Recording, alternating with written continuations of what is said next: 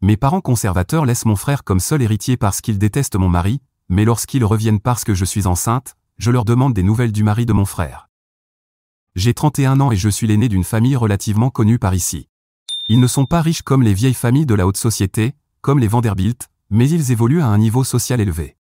Ils ont toujours été exactement comme on pourrait l'imaginer, conservateurs, traditionnels, convaincus que la valeur de leurs enfants se mesure à l'image qu'ils renvoient de la famille. Tout ce qu'ils faisaient était pour l'héritage. Je ne peux pas vous dire à quel point je déteste ce mot. Avec du recul, c'en est presque caricatural à quel point ils se souciaient d'éviter que je ne fasse honte à la famille. À l'époque, en vivant cette situation, je n'avais pas le recul que j'ai maintenant. Tout ce qui comptait pour moi, c'était d'être parfaite dans tout ce qui leur importait, des notes parfaites, une apparence parfaite, une posture impeccable, des loisirs irréprochables, des amis parfaits, une école prestigieuse. Peu importait ce que je voulais, car avant tout, je voulais être parfaite pour eux. Je ne voulais pas les décevoir. Et pourtant, d'une manière ou d'une autre, je le faisais toujours. Peut-être que je mangeais trop, que je me tenais mal quand je devais avoir une posture irréprochable, ou que j'étais trop bruyante et attirais trop l'attention lors des événements familiaux.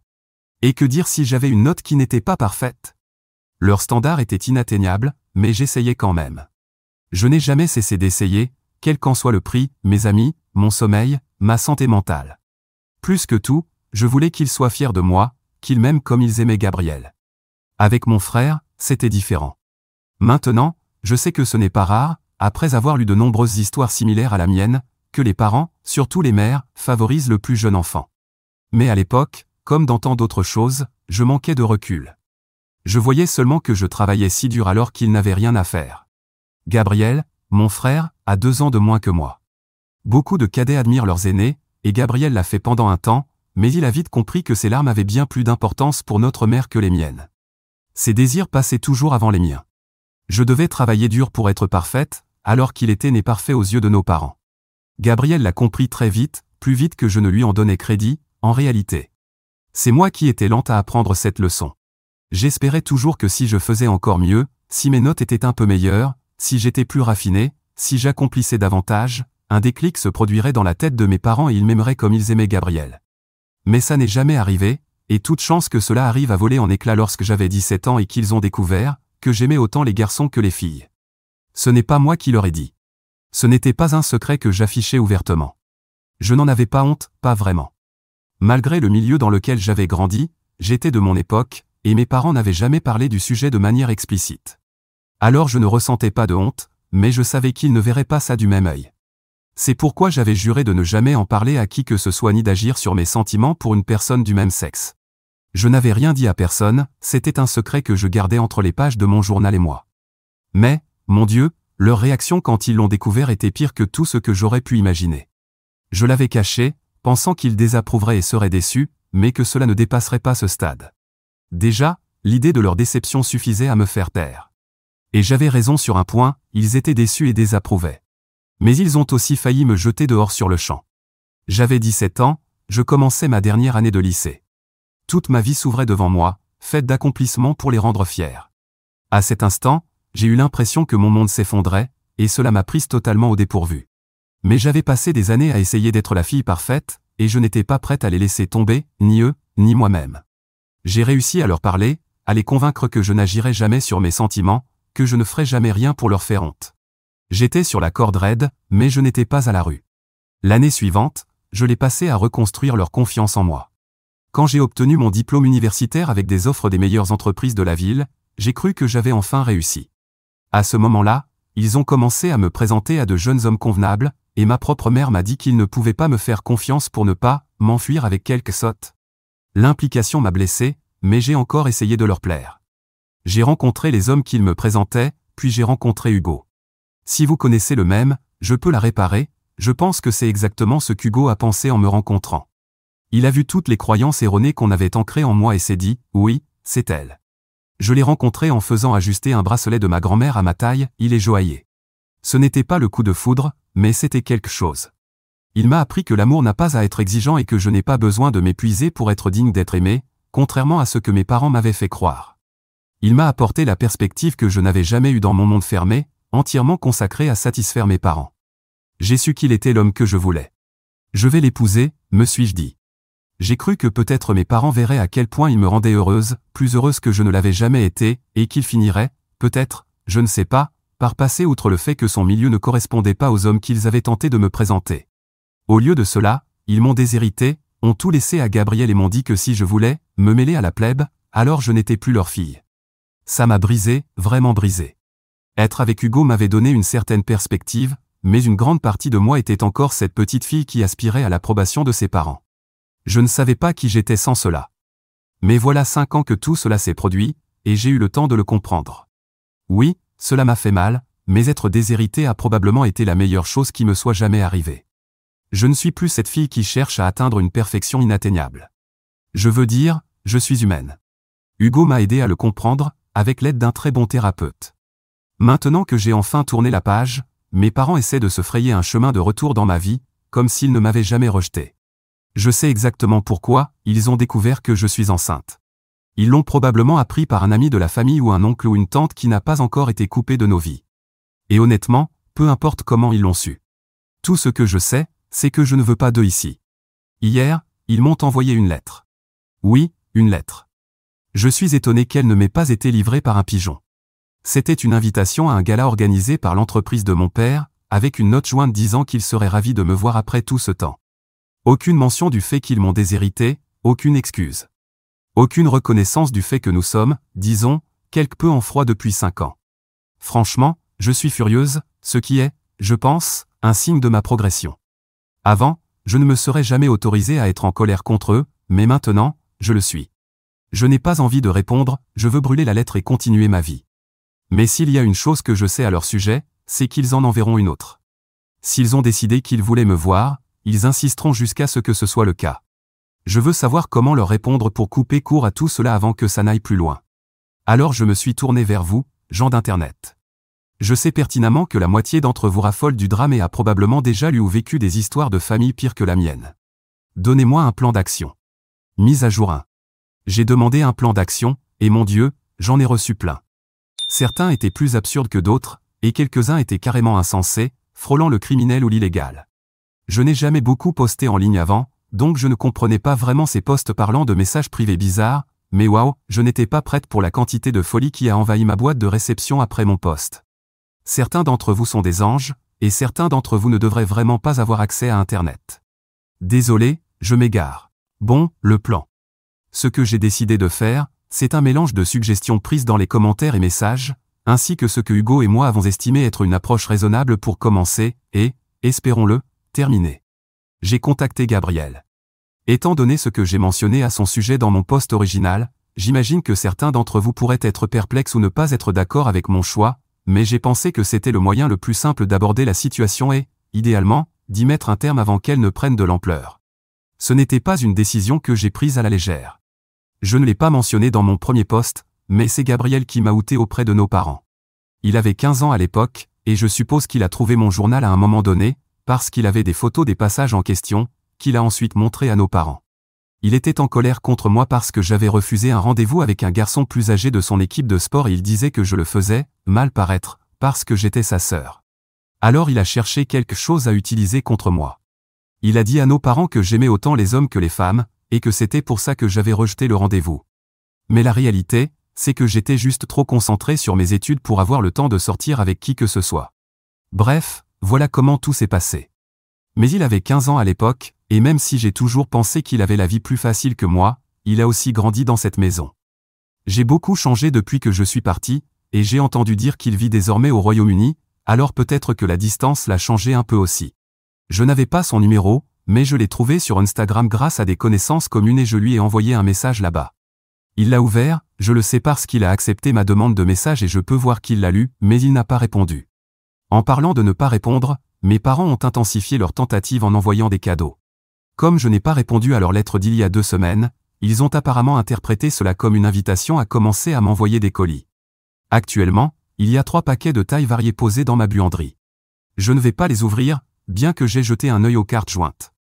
Comme toujours, ils aimeraient me voir bientôt, espèrent que je vais bien, et cette fois, même un félicitations pour la grossesse. Je vais attendre quelques jours de plus pour voir si Gabriel répond. S'il ne le fait pas, il va falloir que je trouve un nouveau plan d'action. Mise à jour 2. Eh bien, Oui, dans un retournement de situation très surprenant qui me rend extrêmement reconnaissante d'avoir créé un compte jetable et utilisé de faux noms, mes amis, Gabriel a un petit ami. Oui, laissez-moi vous expliquer comment on en est arrivé là. Hugo et moi avons été invités à l'anniversaire de mon cousin. J'ai pris mes distances avec la plupart des membres de ma famille après tout ce qui s'est passé, mais beaucoup de mes cousins du côté de ma mère ont pris contact avec moi, et nous avons renoué depuis. Certaines relations restent un peu fragiles, mais elles sont là et s'améliorent. Lorsqu'Hugo et moi avons été invités, on nous a assuré que mes parents ne seraient pas présents. Bien sûr, un peu plus d'1 heure après le début de la fête, ils sont arrivés. J'ai voulu partir immédiatement, mais certains de mes cousins m'ont tiré à l'intérieur de la maison, loin d'eux. Nous avons fini entassés dans la chambre de mon plus jeune cousin jusqu'à ce que la voie soit suffisamment libre pour que nous puissions partir sans que mes parents nous voient. Mais, naturellement, quand on met plusieurs personnes dans une pièce, les ragots commencent inévitablement. Et c'est comme ça que nous avons découvert Gabriel. Certains de mes cousins sont encore en contact avec lui, bien qu'ils disent qu'il a pratiquement disparu pour tout le monde depuis qu'il a déménagé au Royaume-Uni. L'un d'eux a mentionné qu'un jour, il regardait son Instagram pour voir s'il avait posté quelque chose de nouveau. Il ne l'avait pas fait, mais ils ont vérifié les photos où il était tagué, et c'est là que ça devient intéressant. Il y avait une photo taguée qui a disparu à peine 5 minutes plus tard.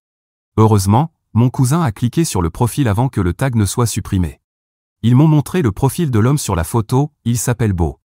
Clairement, Beau est un modèle ou un influenceur. Il poste beaucoup, parfois 2 fois par jour, partageant son quotidien au Royaume-Uni. Et d'après beaucoup de ses publications et légendes, Beau est marié à Gabriel. Je vais vous laisser un moment pour digérer ça. J'ai eu besoin de plusieurs minutes. J'étais complètement figé. Je ne savais pas quoi penser, c'était comme si mon cerveau avait court-circuité. Gabriel, le garçon qui m'a outé auprès de nos parents, qui a même utilisé des insultes qu'il ne comprenait probablement pas, a un mari. Il vit sur un autre continent, marié à un homme. Je crois que je comprends enfin pourquoi il n'a pas répondu. Je l'ai contacté via Instagram, le même endroit où notre cousin est tombé sur son petit secret. Il est probablement inquiet que je sois au courant ou que je le sache déjà. Il doit être aussi terrifié que je l'étais quand nos parents ont découvert qui j'étais. Aussi terrifié que moi à l'idée que quelqu'un découvre ma relation. Ne vous méprenez pas, je suis toujours complètement sous le choc de cette révélation. Mais je pense que, peut-être, ce que j'espérais depuis mon départ de la maison et en laissant Gabriel respirer s'est réellement produit. Peut-être que la distance lui a donné le temps et l'espace de comprendre qui il est vraiment. Je vous tiendrai au courant dès que j'aurai du nouveau. Mise à jour 3. À la lumière de ce que j'ai découvert il y a 3 jours, j'ai décidé d'essayer de contacter Gabriel à nouveau. Il avait accepté ma demande de message, donc même s'il n'avait pas répondu avant, je pouvais lui écrire à nouveau. J'ai écrit et réécrit ce que je voulais lui dire plusieurs fois, mais finalement, j'ai choisi de lui dire que je cherchais juste du soutien pour que nos parents me laissent tranquille. Je ne l'ai ni félicité pour son mariage, ni mentionné, parce que je savais à quel point cela pouvait le rendre vulnérable. Eh bien, cette fois, il a répondu, et comme certains d'entre vous l'avaient prédit, ce n'était pas tendre. Sa réponse était violente. Il m'a dit qu'il n'avait absolument aucune obligation de me soutenir et que je devrais être reconnaissante que nos parents essaient même de me contacter, surtout parce qu'ils veulent faire partie de la vie de leur petit enfant. Il a ajouté des commentaires ignobles, disant que nos parents pensaient que je ne leur donnerais jamais de petit enfant parce que j'étais inséré ici une insulte immonde. Il a aussi dit que je devrais les remercier d'être prêts à passer outre le fait que j'ai épousé un nobody d'un pays arriéré. Bon, pour le contexte, la famille d'Hugo est argentine. Ses parents ont déménagé ici juste avant sa naissance, donc il est américain de naissance, mais extrêmement fier de ses racines et de son héritage, et il a raison de l'être. C'était l'une des choses que mes parents me reprochaient quand je leur ai parlé de lui. En plus de ne pas venir d'une famille respectable à leurs yeux, ses parents étaient des immigrés.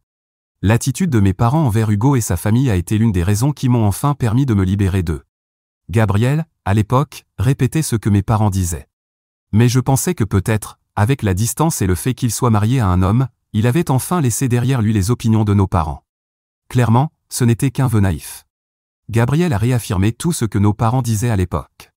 D'une manière ou d'une autre, malgré la vie qu'il mène aujourd'hui, il continuait à cracher le même racisme et les mêmes absurdités que nos parents lui avaient inculquées. J'ai été très proche de le confronter sur le champ via les messages Instagram, de lui balancer en pleine face tout ce que j'avais découvert sur lui. Je voulais le démolir pour ce qu'il disait sur moi, sur mon mari et sur sa famille, ces nobody d'un pays arriéré qui m'ont accueilli comme l'une des leurs quand j'ai été renié. Ce sont ces personnes que je considère aujourd'hui comme ma véritable famille, bien plus que ceux qui m'ont mis au monde. Mais je savais que me disputer avec lui ne mènerait à rien. Ces paroles ignobles m'ont en fait donné l'autorisation de faire ce que j'aurais peut-être fini par m'empêcher de faire. Il m'a donné le dernier coup à jouer dans mon plan d'action, et je n'allais pas gaspiller mon souffle pour lui. Alors, je vous en dirai plus une fois que j'aurai mis mon plan à exécution. Mise à jour 4. Avec mon plan prêt, j'étais préparé lorsque mes parents ont débarqué devant chez moi. Je ne m'attendais pas à ce qu'ils viennent à ce moment précis, mais je savais que nous finirions par nous croiser à un événement familial, vu à quel point ils étaient déterminés à me voir. Je ne m'attendais pas à ce qu'ils se pointent directement chez moi, mais vous savez quoi? J'étais prête. C'était la première fois en 5 ans que je voyais mes parents face à face. Beaucoup de choses avaient changé. Je n'étais plus cette fille perdue qui cherchait leur approbation, qui espérait qu'ils apprécieraient l'homme que j'aimais. Aujourd'hui, je suis plus âgée, plus confiante, mariée et enceinte d'un enfant que je compte élever bien mieux que ne m'ont élevé. Ma mère a essayé de me prendre dans ses bras, mais je ne l'ai pas laissé faire.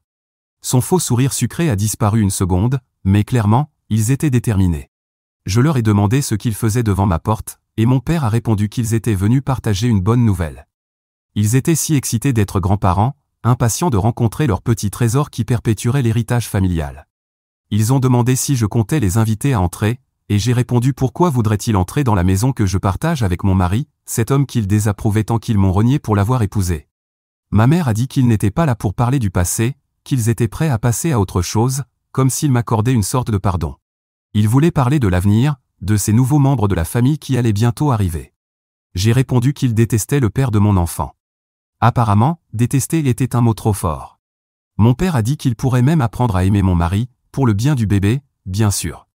Bon, vous vous souvenez du plan, n'est-ce pas? Ce n'était pas tant un plan qu'une bombe que j'attendais de faire exploser. Mes parents disaient être prêts à apprendre à apprécier mon mari. Eh bien, pas de chance pour eux, parce que nous n'étions pas prêts à supporter leurs absurdités une seconde de plus. Alors, je leur ai dit que j'espérais qu'ils aimeraient davantage le mari de Gabriel, car ce serait le seul gendre qu'il aurait. Et j'ai claqué la porte en plein visage. Moi qui n'avais même pas le droit de claquer une porte en grandissant, je peux vous dire que c'était incroyablement satisfaisant. Est-ce que je viens douter mon frère? Oui, je l'ai fait. Est-ce que j'ai ignoré tous les coups frénétiques qu'ils ont donnés à ma porte pendant la demi-heure où ils ont exigé des réponses? Oui, aussi. Et non, je ne me soucie pas de la moralité de tout ça, et je ne m'en soucie toujours pas. Je comptais en rester là, enterrer cette histoire, passer à autre chose. Mais ensuite, Gabriel a recommencé à m'envoyer des messages, pleins de plus en plus d'insultes et de violences verbales. C'est là que j'ai pris une autre décision. J'ai pris des captures d'écran de chaque message qu'il m'a envoyé, chaque mot abominable, et j'ai tout posté sur Instagram. J'ai tagué son mari, Beau. À un moment, j'avais voulu contacter Beau directement, mais son compte n'acceptait pas les messages venant d'inconnus. C'était la meilleure chose que je pouvais faire. Il a fallu 8 heures pour qu'un des abonnés de Beau tombe sur mon post. Peu après, les commentaires ont commencé à affluer. Beau a posté une story sur Instagram, disant qu'il était plus que choqué et horrifié par les messages échangés entre son mari et sa belle-sœur et qu'il allait prendre du recul sur les réseaux sociaux pour traiter et gérer la situation. Les amis, si son profil excentrique est un indicateur de sa réaction, je ne pense pas qu'il va bien prendre le fait que son mari ait déversé toute cette haine, surtout après avoir découvert que Gabriel m'avait touté, ce que j'ai aussi mentionné dans la longue description de mon post. Honnêtement, je ne pense pas que je posterai une autre mise à jour après celle-ci. J'ai l'impression d'avoir dit ce que j'avais à dire. Je sais que ma façon de gérer tout ça va en faire tiquer certains, mais pour ceux qui m'ont aidé à en arriver là, merci. Mise à jour 5. Après ma dernière mise à jour, je m'attendais vraiment à être démoli. Je savais que ce que j'avais fait serait controversé, surtout sur Internet, et que beaucoup ne seraient pas d'accord avec mes décisions, en particulier avec mon post Instagram. Dès que j'ai posté la mise à jour, je me suis déconnecté de ce compte et j'ai fait en sorte de ne recevoir aucune notification par email. Cependant, j'ai été agréablement surprise de voir pas mal de soutien lorsque je me suis reconnecté plus tard. Je ne pensais pas que quelqu'un soutiendrait la sœur diabolique qui a outé son frère, mais nous y voilà. Je suppose que nous avons tous une petite part de noirceur en nous, non? Je pense que des deux côtés, on voudra savoir pourquoi je me suis reconnecté. Beau m'a envoyé un message directement, totalement inattendu, sans provocation, venu de nulle part. Mais en lisant son message, il n'y avait aucune hostilité. Pour résumer, voici l'essentiel. Après que j'ai fait mon post, un des abonnés de Beau l'a trouvé. Presque tout son entourage, amis, abonnés, connaissances ont commencé à le pousser à quitter Gabriel. D'après Beau, c'était intense. Bien sûr, il prenait la situation très au sérieux, mais il était aussi déchiré à l'idée de simplement quitter l'homme qu'il aimait. Je ne lui en veux pas pour ça. Ça lui est tombé dessus comme une tonne de briques. Il était en colère, blessé, perdu, et tout ça se passait pendant que ses abonnés réclamaient du sang. Mais il savait qu'il devait agir. Alors, il a donné un ultimatum à Gabriel. Renoncer à l'héritage et couper les ponts avec ses parents, ou Beau le quitterait. Gabriel a choisi son héritage. Ça a brisé le cœur de Beau, et évidemment, il n'allait pas rester avec un homme qui choisissait l'argent et une famille toxique au lieu de lui. Maintenant, voici la partie qui va énerver la moitié d'entre vous et en satisfaire profondément d'autres. Mes parents ont tout de même déshérité Gabriel. Ils ont prétendu que c'était parce qu'il leur avait caché un aussi grand secret, que leur confiance en lui était brisée. Mais nous savons tous la vérité. C'est parce qu'ils sont homophobes et qu'ils ne valideront jamais son mode de vie. Quoi qu'il en soit, Gabriel se retrouve maintenant sans son précieux héritage et en plein divorce. Pour ceux qui se demandent, non, je n'ai pas laissé mes parents revenir dans ma vie. Depuis la dernière mise à jour, ils ont essayé. Je n'ai aucun doute qu'ils continueront, mais je m'en fiche. J'ai ma famille, et ils n'en font pas partie. S'ils veulent un héritier et des petits-enfants, qu'ils aillent les chercher ailleurs. Mise à jour 6. Si vous êtes en train de lire cette nouvelle mise à jour, c'est parce que, bien que je pensais que tout était terminé, les répercussions de ce qui est arrivé avec ma famille continuent d'éclater comme une tragédie sans fin. J'ai appris beaucoup de choses grâce à mes cousins, et j'en ai vu d'autres, parce que c'est devenu public. Alors, si vous êtes prêts à suivre ce chaos, j'espère que vous êtes d'humeur à lire, parce que voici ce qui s'est passé. Pour commencer, la relation de Gabriel n'est plus un secret. Amis, famille, connaissances de mes parents, tout le monde est au courant. Dans un monde normal, ça ne poserait aucun problème. Ce serait juste une info anodine, du genre « Oh, tu as entendu qui a fait son coming out récemment ? Ah, c'est cool. Passe-moi le beurre. » Mais dans le monde de mes parents, c'est pire qu'une tragédie domestique. Pire que se cogner le petit orteil contre le coin du lit. Leur vision archaïque et traditionnaliste ne leur permet pas de voir cela pour ce que c'est. Une opportunité de changer, d'évoluer, de faire preuve de tolérance. Au lieu de ça, comme prévu, ils sont dévastés. Parce que leur petit monde conservateur et immaculé a été secoué, et que maintenant, leurs amis de golf, leurs partenaires d'affaires, tout leur cercle social élitiste, savent la vérité.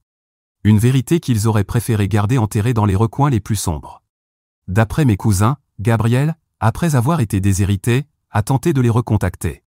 Dans son désespoir, il espérait une réconciliation ou, plus probablement, récupérer son héritage. Mais, comme prévu, mes parents l'ont rejeté sans la moindre hésitation. La rumeur dans la famille, c'est qu'ils ne veulent pas que quelqu'un comme lui, et je ne répéterai pas l'insulte homophobe qu'ils ont utilisée, reprenne l'entreprise familiale ou touche à leur fortune. Ils se fichent que Gabriel soit leur fils. Ce qui compte pour eux, c'est l'image, le nom de famille, et surtout, maintenir leur façade de perfection conservatrice. Et c'est là que ça devient vraiment intéressant. Gabriel, après avoir été rejeté, a décidé de faire l'impensable, il a fait son coming out publiquement sur les réseaux sociaux. Mais pas seulement. Dans son post, il a raconté comment il avait été oppressé pendant des années, comment il avait vécu sous le joug de parents qui ne l'acceptaient pas tel qu'il était. C'était un déballage public qui a explosé comme une bombe. Évidemment, ça a frappé mes parents comme un seau d'eau glacée. Ils sont habitués à être conservateurs, mais toujours en privé, sans jamais avoir à s'exposer publiquement. Comme s'ils étaient dans le placard, mais à l'envers. Et là, leur fils venait de révéler au monde non seulement son orientation sexuelle, mais aussi la mentalité et le traitement qu'il lui avait fait subir. Tout est passé d'un secret bien gardé à une crise publique. Et le pire pour eux, ce n'est même pas la révélation en soi. C'est l'atteinte à leur image, à leur réputation. Parce que pour des gens comme mes parents, ce n'est pas la vérité ou les sentiments de leurs enfants qui comptent, c'est ce que les autres pensent. L'entreprise familiale n'avait pas un public principalement LGBTQ+, mais l'impact s'est fait sentir malgré tout. Les ventes ont chuté ce dernier trimestre, et je ne pense pas que ce soit une coïncidence. Les concurrents en profitent déjà. D'après mes cousins, certaines publicités ont été très créatives, faisant référence au scandale sans jamais nommer de nom, mais clairement en exploitant la situation. Quant à Gabriel, j'aurais aimé qu'il ressente ce que j'ai vécu quand ils m'ont menacé de me mettre à la porte. Mais perdre son héritage ? Je pense que c'est encore pire pour lui. Pendant ce temps, dans ma vie personnelle, rien de particulièrement dramatique. Je me concentre sur ma famille, ma grossesse et ma vie avec Hugo. Mes parents ont tenté de me contacter à nouveau, mais comme toujours, je les ignore. Ils n'ont pas leur place dans ma vie, ni dans celle de mon futur enfant. S'ils veulent des petits-enfants, qu'ils aillent voir ailleurs. Et ironiquement, si leur désir d'avoir un héritier les poussait à finalement accepter Gabriel, s'il a des enfants un jour,